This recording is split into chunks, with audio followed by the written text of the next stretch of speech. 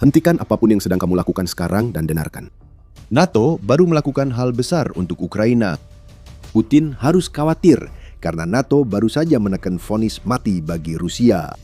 Bagaimana? Saat ini, Aliansi Pertahanan Kolektif tengah menyiapkan rencana baru untuk memberi Ukraina dukungan yang dibutuhkan guna mengakhiri invasi Rusia secara permanen.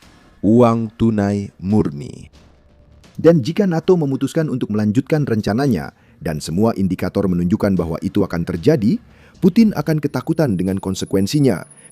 Bukan hanya terkait perang Ukraina yang akan besar, tapi juga dampaknya pada rencana Putin menghadapi NATO setelah perang usai. Semuanya bermula dari permohonan Ukraina. Politico pada 11 Juni melaporkan baru saja berbicara dengan pejabat senior pertahanan Ukraina. Media tidak menyebutkan siapa orangnya, pejabat itu ingin anonim. Pejabat itu menyatakan Ukraina akan mengajukan permintaan besar pada pertemuan kelompok kontak pertahanan Ukraina atau format Ramstein berikutnya. Pertemuan-pertemuan ini digunakan untuk meresmikan kesepakatan bantuan militer untuk Ukraina dan pejabat tersebut menegaskan apa yang akan diminta oleh Ukraina. Semua orang melihat bahwa Rusia sedang terbakar dan kami ingin membakarnya lebih lagi, tetapi kami membutuhkan pendanaan untuk melakukannya, ujar pejabat tersebut. Berapa banyak yang diinginkan Ukraina dari sekutu Eropa dan NATO-nya? Sekitar 20 miliar dolar. Itu permintaan besar dan Ukraina menyadarinya. Menurut pejabat tersebut kepada Politico, sekutu akan diminta menyumbang 2-6 miliar dolar masing-masing untuk mencapai target dan Ukraina siap menerima dana itu sebagai bantuan militer atau pinjaman yang harus dibayar kembali. Namun bagi Ukraina yang sudah menghabiskan 40% dari produk domestik brutonya atau PDB untuk militernya, tambahan 20 miliar dolar akan menambah secara signifikan pada 38 miliar dolar yang sudah dijanjikan kepada Ukraina oleh negara-negara NATO untuk tahun 2026 dan membawa negara itu semakin dekat dengan target bantuan bilateral sebesar 60 miliar dolar yang ditetapkan oleh Sekretaris Jenderal NATO Mark Rutte pada bulan Mei lalu. Ukraina akan mengungkapkan rencananya meski mungkin tak perlu menunggu persetujuan NATO. Karena berita tentang permintaan Ukraina yang akan datang telah bocor, Anda bisa yakin bahwa para pemimpin negara anggota NATO sudah mengetahuinya. Mereka tahu topik yang akan dibahas di format Ramstein dan sudah siap. Ukraina akan meminta 20 miliar dolar. NATO langsung berkata, pegang bir saya. NATO tidak akan memberi Ukraina 20 miliar dolar. Apa yang terjadi berikutnya akan mengejutkan banyak orang, karena NATO siap memberikan lebih banyak dukungan pada satu negara yang melawan ambisi Putin di Eropa.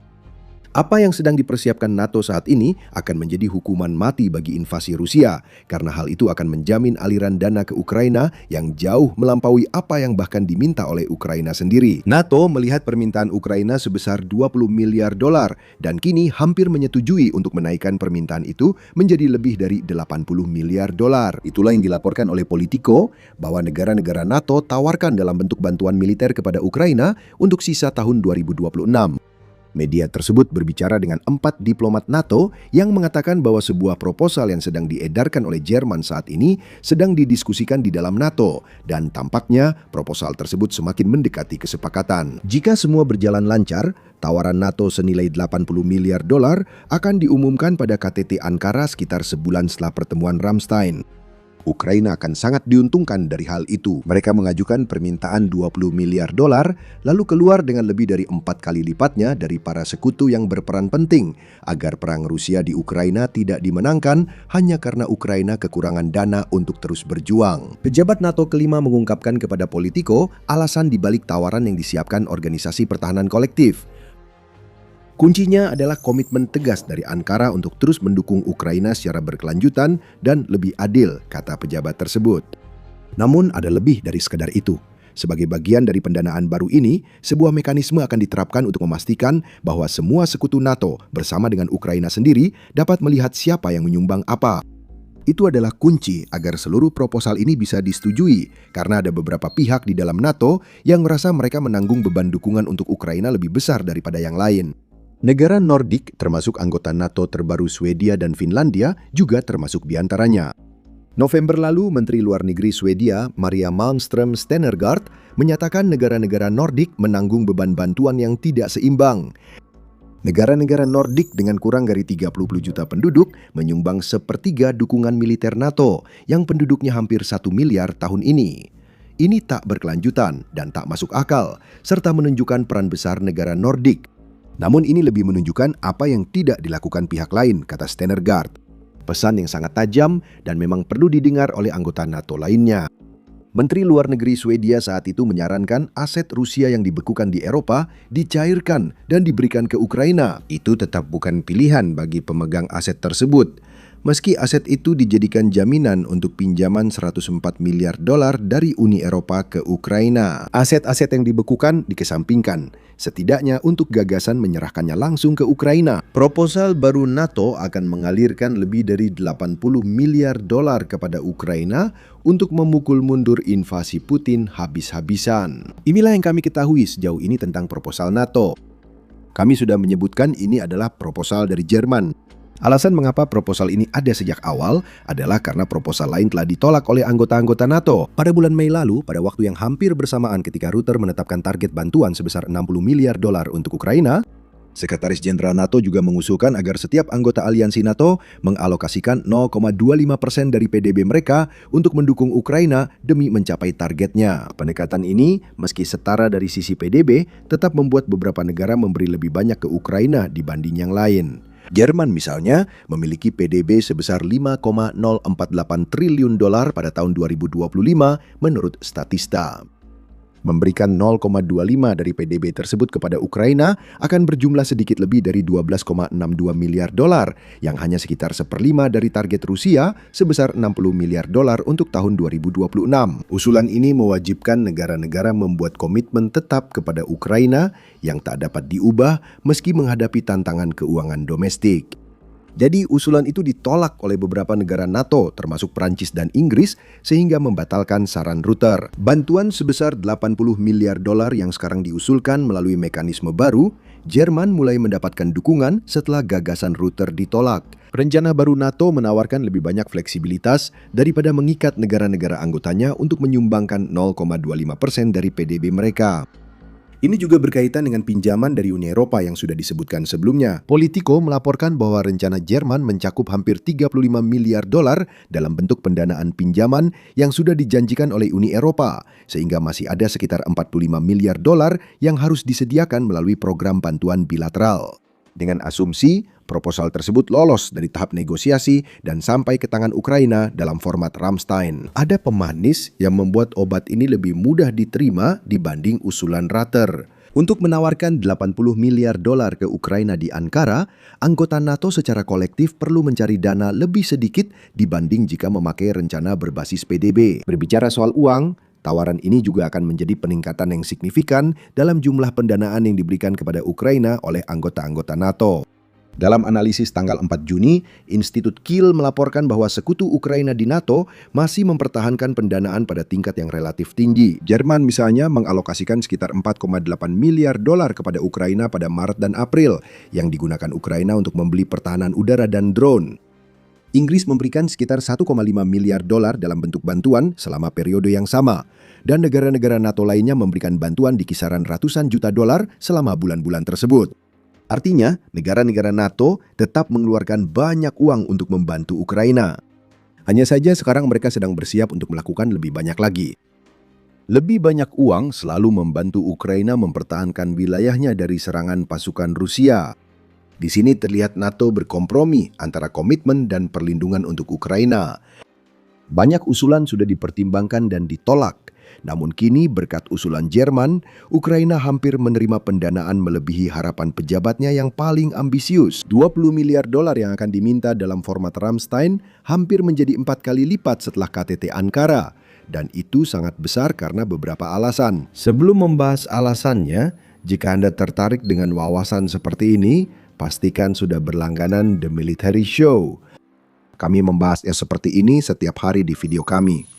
Jadi, tambahan 80 miliar dolar yang mengalir ke kas perang Ukraina sangat berarti. Sangat berarti. Ini alasannya. Pertama, ini bukan sekedar membantu Ukraina untuk NATO. Ada tingkat kepentingan diri sendiri yang besar di sini. Karena banyak orang di Eropa percaya bahwa negara-negara anggota NATO akan menjadi target berikutnya bagi Putin, dengan asumsi pemimpin Rusia itu mampu memenangkan perang di Ukraina. Letnan Jenderal Christian Freuding, kepala militer Jerman, adalah salah satu orang yang pesimis. Dalam peringatan pada 11 Juni, dia menegaskan bukan soal apakah, tetapi kapan Rusia menyerang negara mitra NATO. Semua 32 mitra NATO setuju bahwa Rusia mungkin memiliki kemampuan untuk menyerang negara mitra NATO pada tahun 2029, klaim Broiding. Seraya menambahkan, 2029 bukanlah perkiraan, Jerman itu adalah intelijen yang disepakati NATO. Instalasi militer Rusia sedang dibangun di perbatasan NATO saat ini karena pekerjaan konstruksi di sepanjang perbatasan dengan Finlandia, Swedia, Norwegia, dan negara-negara Baltik tampaknya mengarah pada modernisasi pangkalan yang mampu menampung sekitar 115.000 pasukan, lapor TVP World. Rusia secara rutin melancarkan serangan perang hibrida terhadap anggota NATO seperti yang kita lihat di Rumania pada akhir Mei ketika sebuah drone Rusia menghantam sebuah blok apartemen di negara tersebut. Pelanggaran seperti ini makin sering dan makin berbahaya, seperti dialami Rumania. Ini adalah peringatan dari Rusia. Broiding menyatakan sudah waktunya NATO menanggapinya dengan serius. Penyaluran lebih dari 80 miliar dolar bantuan militer menunjukkan NATO mulai serius menanggapi situasi ini sebagai pengakuan bahwa NATO membutuhkan Ukraina. Ukraina bukan anggota NATO dan kemungkinan menjadi anggota sudah cukup membuat Putin sangat marah hingga tak bisa diprediksi tindakannya berikutnya. Ukraina menjadi garis depan dalam perang yang dimulai Putin dengan aliansi pertahanan kolektif, dan peran ini telah dijalani selama lebih dari 4 tahun. Presiden Ukraina Volodymyr Zelensky jelas memegang pendapat itu. Pada 9 Juni, dia menegaskan pengalaman Ukraina di medan perang membuat negara itu jadi aset NATO, dengan menyatakan tak ada harga untuk pengalaman ini. Ini bukan uang, tapi nyawa manusia. Kami akan bagikan informasi tak ternilai ini. Memiliki Ukraina di dalam NATO adalah demi kepentingan NATO, tegas Zelensky. NATO tak akan izinkan Ukraina bergabung selama perang dengan Rusia masih terjadi, namun Ukraina kini lebih berharga bagi NATO daripada banyak anggotanya.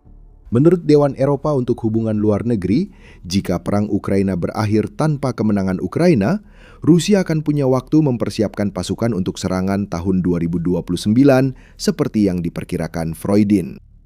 Ukraina harus terus berjuang demi kepentingan NATO dan mereka sendiri, dan NATO menyadarinya. Jadi, dengan berkomitmen memberikan bantuan sebesar 80 miliar dolar untuk tahun 2026 kepada Ukraina, NATO akan mengirimkan pesan yang jelas kepada Ukraina dan Rusia. Bagi Ukraina, dukungan ini menunjukkan bahwa NATO mengakui betapa pentingnya negara tersebut sebagai kekuatan garis depan melawan agresi Rusia. Bagi Rusia, bantuan militer 80 miliar dolar adalah sesuatu yang tak diduga Putin akan diterima Ukraina. Ini menunjukkan NATO kini sadar memperkuat Ukraina adalah kunci menggagalkan rencana Putin di masa depan. Jika Ukraina jatuh, negara NATO akan menjadi target Putin berikutnya. NATO harus mencegah hal itu terjadi dengan segala cara jika tidak ingin melihat seluruh Eropa terjerumus ke dalam perang.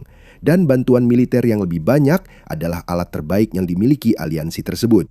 Tapi berbicara tentang NATO, ada satu negara yang cukup mencolok tidak disebutkan dalam video ini, yaitu Amerika Serikat. Sejak Presiden Donald Trump menjabat, Amerika Serikat terasa lebih seperti kartu liar dalam perang Ukraina dibandingkan saat di bawah Presiden Joe Biden sebelumnya. Hubungan Ukraina dan Amerika Serikat naik turun selama 18 bulan terakhir. Dan meskipun sekarang ada lebih banyak stabilitas dibandingkan sebelumnya, faktanya tetap bahwa Amerika Serikat tidak memberikan bantuan kepada Ukraina sebesar yang pernah dilakukan di masa lalu. Bantuan masih terus masuk ke Ukraina, sebagian besar disepakati di bawah pemerintahan Biden.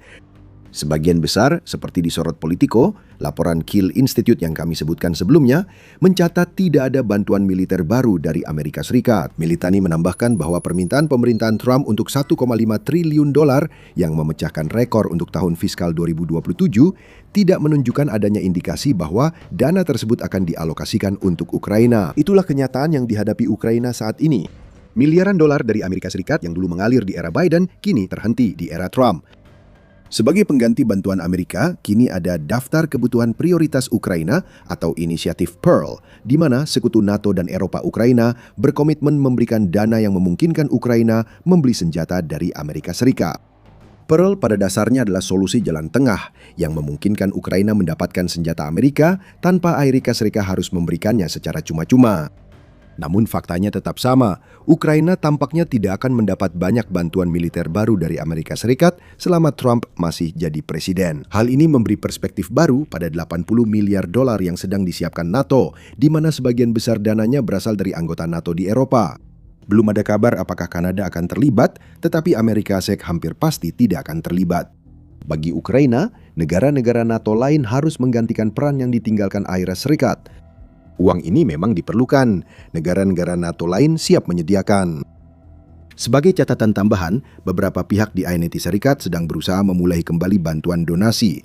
Jadi mungkin kita belum bisa mengesampingkan negara itu dari perhitungan bantuan militer. Dalam laporan tanggal 12 Juni, Kiel Independent mengatakan bahwa Komite Angkatan Bersenjata Senat AS telah memilih untuk memperpanjang bantuan AS ke Ukraina sebesar $750 juta sebagai bagian dari anggaran 2027 yang baru saja disebutkan. Ini masih rancangan undang-undang yang belum tentu disetujui karena harus melewati proses legislatif dan persetujuan kedua Kamar Kongres Amerika Serikat. Meski begitu, ini adalah sebuah awal dan Ukraina berharap hal ini bisa menjadi sinyal kebangkitan kembali bantuan Amerika Serikat agar sejalan dengan apa yang dilakukan oleh negara-negara NATO lainnya. Terakhir ada Ukraina itu sendiri. Dana sebesar $80 miliar dari NATO sangat membantu dalam mengatasi masalah dan memperkuat solusi militer bagi Ukraina. Ukraina telah mengeluarkan banyak dana untuk menghadapi Rusia, menciptakan apa yang disebut BBC sebagai pertempuran mendesak di lini keuangan. Media melaporkan pengeluaran pemerintah Ukraina tahun 2026 direncanakan $112 miliar, 60% untuk angkatan bersenjata. Hal ini menyebabkan Ukraina kekurangan sekitar $45 miliar dalam anggaran.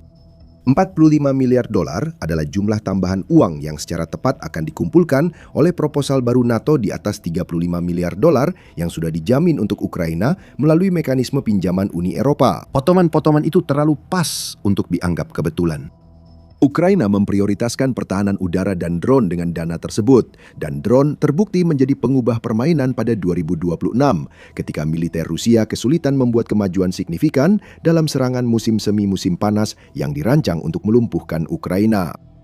Selama sesi musim semi Majelis Parlemen NATO, Wakil Menteri Pertahanan Ukraina, Tuan Slav Banik, mengatakan kepada para peserta bahwa Ukraina memiliki kemampuan untuk meningkatkan produksi drone hingga 20 juta unit per tahun jika sekutu NATO bersedia memberikan lebih banyak dana.